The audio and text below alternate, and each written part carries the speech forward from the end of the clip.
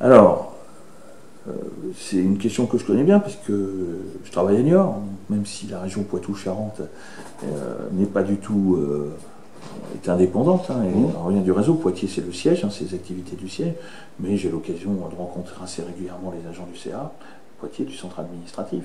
Donc c'est une question récurrente et qui est une question cruciale à la fois pour l'avenir des activités et l'avenir des agents qui y travaillent, et aussi assez révélateur de ce que la banque veut faire, là, on va dire, dans un horizon beaucoup plus proche, à l'horizon 2019, sans parler trop des ordonnances Macron, on sent bien qu'on est dans cette logique. C'est à la fois de fusion des IRP.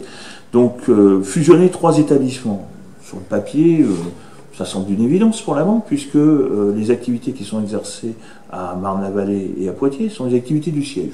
Donc, le raisonnement est simple, et de dire, ces activités du siège, certes, elles sont exercées dans des lieux différents, mais c'est la même logique. Donc, concrètement, un seul CE, au-delà des économies que l'on fera sur les IRP. Donc, à la limite, même si on est très critique là-dessus, je le suis et les syndicats le suivent, on peut imaginer que c'est dans cette logique-là. Sauf que derrière, la fusion des 3 CE va être catastrophique pour divers points. Le premier, c'est qu'on perd une spécificité. Les comités d'établissement, jusqu'à preuve du contraire à Marne-la-Vallée et à Poitiers, ont de la pertinence, puisque chaque mois, il y a des questions qui concernent à la fois les activités, les problèmes liés à leur exercice à Poitiers. Donc là, Poitiers, en ce moment, va déménager au Haut-de-Montgorge en début d'année, donc il y a des questions récurrentes là-dessus, il y a des questions récurrentes sur les effectifs, les transferts d'activités du siège vers ces 2 entités, donc une pertinence. Donc là, concrètement, si on fusionne les 3, la pertinence, elle va être très diluée. Quid d'une question de Poitiers ou de Marne-la-Vallée qui pourra émerger lors d'un comité d'établissement, si ce n'est une question générique sur les différentes DG qui encadrent ces activités. Donc déjà, on va couper le lien de proximité avec les agents. D'ailleurs, c'est le sens des IRP, des ordonnances Macron, mais là, on va encore plus le couper, puisque je rappelle quand même que c'est 3 implantations complètement différentes, avec des logiques complètement différentes. Déjà, le premier point. Le deuxième point, après, c'est que concrètement, par rapport aux activités, si derrière ces comités d'établissement ne font que balayer les irrégularités au droit du travail, les dépassements d'horaires, enfin des choses d'une banalité absolue, et en aucun cas traite de la marge générale de l'entreprise et de l'avenir de ses activités, là on va avoir un risque de dilution, de décisions qui risquent d'être prises à un niveau assez élevé au niveau de la banque, et qui impacteront ces agents-là sans qu'on puisse, les acteurs syndicaux, puissent en discuter dans les instances représentatives. Et là aussi, en termes de comité d'hygiène et sécurité, on n'en aurait qu'un seul, donc on imagine bien les difficultés à pouvoir être sur 3 sites en même temps, d'autant plus que les moyens qui sont proposés dans les ordonnances Macron n'en vont pas être pléthoriques, hein, donc il faudra à la fois être agile intellectuellement et agile physiquement pour pouvoir aller d'un site à un autre. Donc on voit bien qu'on va perdre à la fois de la proximité, c'est plutôt un moins pour les agents, objectivement, et derrière on ne sait pas trop ce que ça va donner.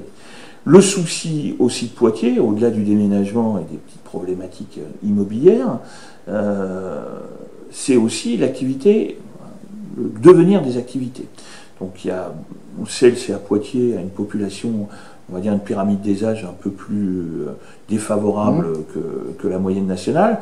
Donc beaucoup d'agents vont être amenés à partir dans les prochaines années, et on s'aperçoit que les recrutements sont pas de la même hauteur que des départs. Donc concrètement, les agents qui sont dans ces métiers-là s'interrogent à la fois sur la pérennité de leurs activités, que ce soit sur les titres, que ce soit sur GESCO, que ce soit sur toutes les activités qui sont déléguées là-bas. Et on voit mal pour l'instant ce qu'on a pu voir en 2004-2006, des transferts d'activités qui avaient été effectués dans le cadre du plan de sauvegarde de l'emploi. Là, pour l'instant, c'est plutôt lettre morte, pour une manière au point mort. Et on sent bien que si réflexion il y a sur les métiers, c'est plus sur leur disparition qu'un enrichissement à la fois en effectif ou de nouveaux métiers.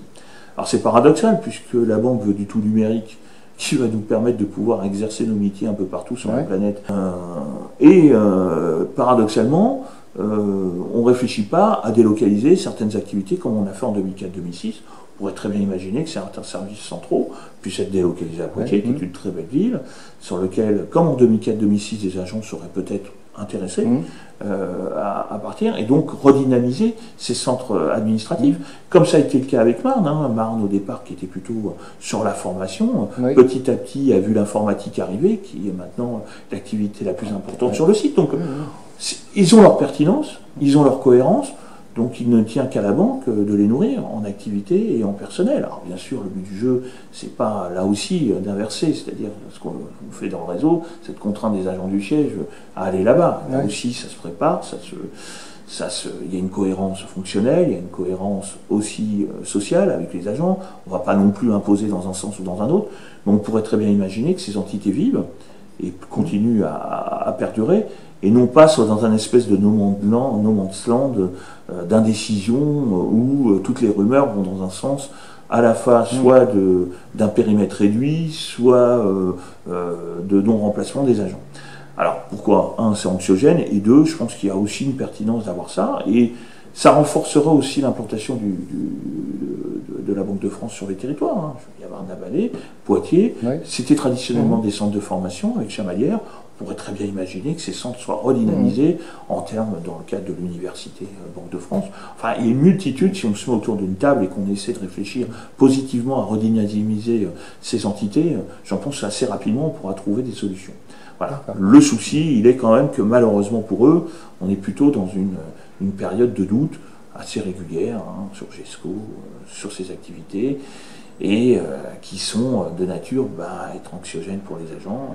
Donc ça pourrait être un axe, un axe que tu pourrais développer au Conseil général, cette dilution, ce renforcement du réseau. Quand on réfléchit, on a des implantations. Là, Poitiers, on quitte le CA Poitiers traditionnel pour aller sur un nouveau site, qui est hauteur de 25 ou 30 millions. Donc la banque a investi 30 millions, donc pas pour avoir des lots Covid, donc c'est pour y mettre des agents. Donc réfléchissons à ça. On aura des outils numériques qui nous permettront facilement de travailler à distance. C'est même le sens de la réforme, puisque tout nous expliquait que la concentration des activités, l'exercice des activités, voilà, tout va être fait, on a le télétravail, le travail à distance, on a une multitude de choses. Poitiers, sur la ligne de Paris, en 1h30, on y est maintenant. Voilà, on a des salles de visioconférence, c'est des pratiques que l'on fait régulièrement dans le réseau avec le siège. En quoi ça serait problématique, vu le problème foncier qu'ont certains services du siège autour du Palais Royal, en quoi ça serait problématique de délocaliser? Il peut y avoir une cohérence, je dis bien, de métier, et à la fois une cohérence d'implantation. Voilà, donc tout le monde pourrait s'y retrouver. Pour cela, encore faut-il vouloir le faire.